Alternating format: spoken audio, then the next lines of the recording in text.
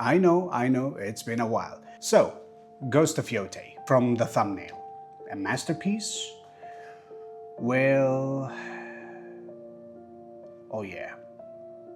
Oh yeah. I mean, this game, holy crap, it is so good.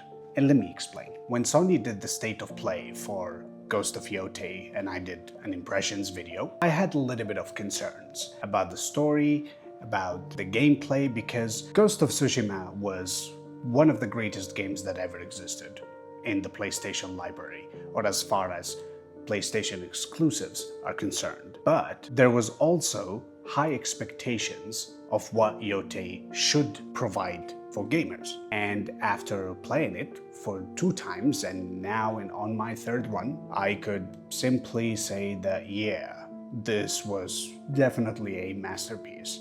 Not perfect, but it is a masterpiece. It is one of the best games I have played on the PlayStation 5. Thanks for watching. No.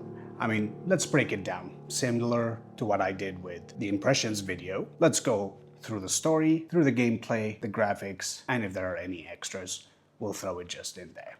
The story. You have Atsu, the protagonist of Ghost of Yotei, the hero, the woman you're gonna play with in the game. She was this innocent little girl who lived with her family in a happy house, loving parents. Her dad was a swordsmith. Her mom was playing this, I don't know how to pronounce the name. I would call it a Japanese guitar. Okay? Everything was happy, and she has a little brother as well. Until they get ambushed by what is known the Yotei 6. And those Yotei 6 are actually a group of outlaws who try to control the city and try to set an example for the citizens there to always have their ways to control the land, to, be like the rulers of Izu, which is the land that this game is based on. Atsu's dad refused to comply with some of the policies that Lord Satyo has made in the city, and then Lord Satyo decided to set an example by killing Atsu's dad, her mom, so that everyone can be terrified. And 16 years later, Atsu comes back for a revenge. Now you may say that this sounds like a normal, typical revenge story, and that's because it is. And that is actually one of the reasons why I would still prefer Ghost of Tsushima's story, because it had that moral quandaries, it had that ethical struggle, that ethical dilemma. Jin Sakai, a samurai, and what's known for a samurai is that they kill with honor. They don't sneak behind their enemies and do the killing. They always kill face to face in confrontational way.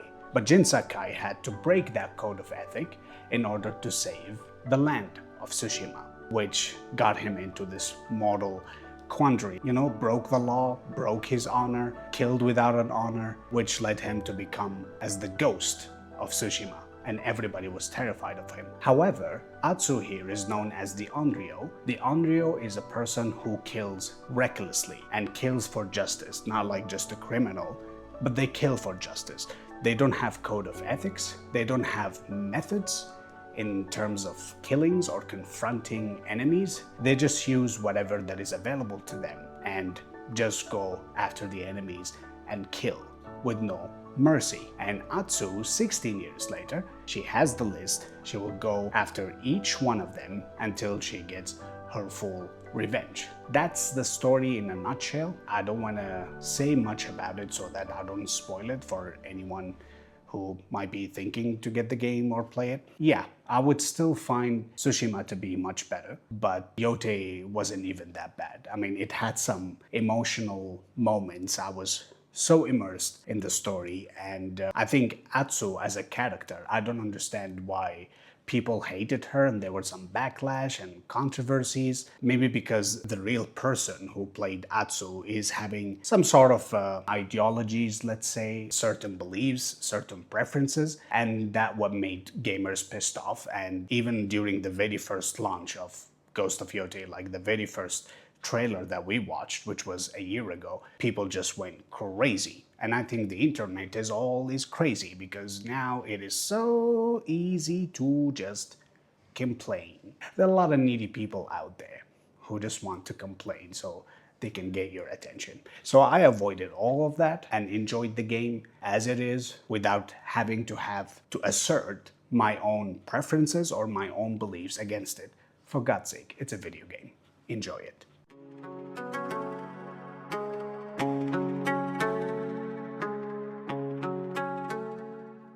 Oh my God, I'm gonna just say it. The gameplay in Ghost of Yotei is so addictive, dangerously addictive. Once you understand the mechanisms of the controller, dangerously addictive. Look, the very best game that I played so far on the PS5 has been Black Myth Wukong, which was a year ago. And I thought maybe it would be impossible to top that. Ghost of Yotei just came and changed my entire opinion about this, and now it is sitting at the very top because the gameplay, and as you can see from the clips of some of the missions that I did, it is just so addictive, at the same time dynamic, in most part not repetitive. Even the standouts, you have different types of confrontation with the enemies, standoffs, or you sneak behind and you start assassinating. You have the long-range weapon, and you've got this wolf with you that will just appear out of nowhere and start helping you defeating your enemies. And there is that one-to-one combat, which is pure cinema. I mean, you see it yourself. It is just pure cinema. You look at it, you, in a way, start to think that no, actually I'm not playing a game. I am watching a movie. I am watching a beautiful Japanese samurai type of movie.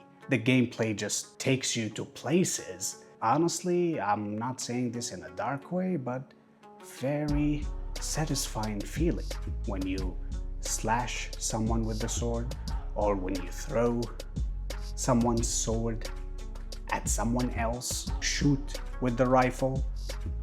It just, yeah. I've never thought I would say that I really enjoyed the violence in this game. In the game. Please, don't get me cancelled, please. But I think the very best part about the entire gameplay, not just what you see on the screen, but also the controller, the DualSense controller, is how Sucker Punch utilized the haptic feedbacks, the vibration motors. You have to understand that the DualSense controller, vibration motor that it has, isn't the same as what you have on your smartphone.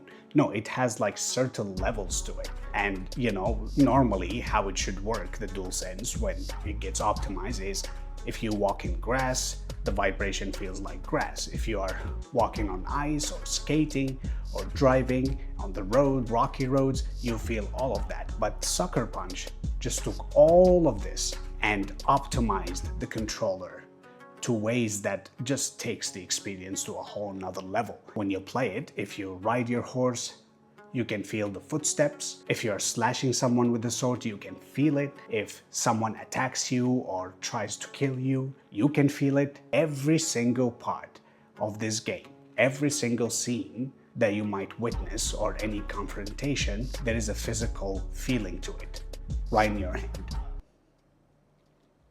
I don't know why that sounds wrong, but you get the idea. 10 out of 10. I was super concerned that it might not be as good as Tsushima, because here's the thing, Tsushima, to this day, if you play it, you're gonna enjoy the combat. But Yotei just takes it on a whole nother scale. The differences in the combat here is that with Tsushima, you had one primary sword, the katana, with 4 different stands, fighting styles. But with Yotei, you have 5 different weapons with 5 different styles. And the most important part of the gameplay is that you need 2 things. Number 1, to never look at your controller, because when you play, just playing, and you take a glance and then you go back, you're dead. You have to have like a photographic memory of the controller, like you know which button it is. And the second thing is you have to be quick on how to change every weapon depending on the enemy that you're confronting. And it's not that like Tsushima, where you find 3-4 different enemies and each one of them has a certain weapon, and you know, oh, okay, I'm gonna attack this one, finish it up, and then change my stance and then go. No, actually, the enemies themselves, they also have multiple weapons. So there are the times when you fight with one single katana and then the enemy switches and you have to switch to dual katanas or the Yari or the Odashi, and it teaches you how to have speed in terms of changing every weapon. Like you have to be super quick. I'm still struggling a little bit, but I think I have gotten a little bit better. I'm still improving though, but changing the weapons depending on the enemies, and sometimes you just have to call the bluff. You don't need to change the weapon. Like when they attack you, you just have to parry and just go for it without changing the weapon, just with the weapon that you have. But the fighting gonna be a lot more difficult. One of the additions that I talked about in my impressions video, and I was a little bit concerned about, the rifle, the addition of a rifle and guns and all of that. Looked a bit gimmicky at that video, the way they showcase it. But once you play and you use it, holy crap, it is so satisfying, man, to shoot someone. I still find it a bit ridiculous how long she takes to load another bullet and all. Like it takes her a while, unless if you put the focus mode and you let her, you know, reload and then you shoot. Sure, as well as when you upgrade the character more and more, you can, you know, make her speed up the process of reloading the gun. So I kind of enjoyed it. Maybe the only weapon that I didn't enjoy was the Yari, the spear. I mean, I found myself not really using it as much. So yeah, combat is amazing. 10 out of 10 for sure.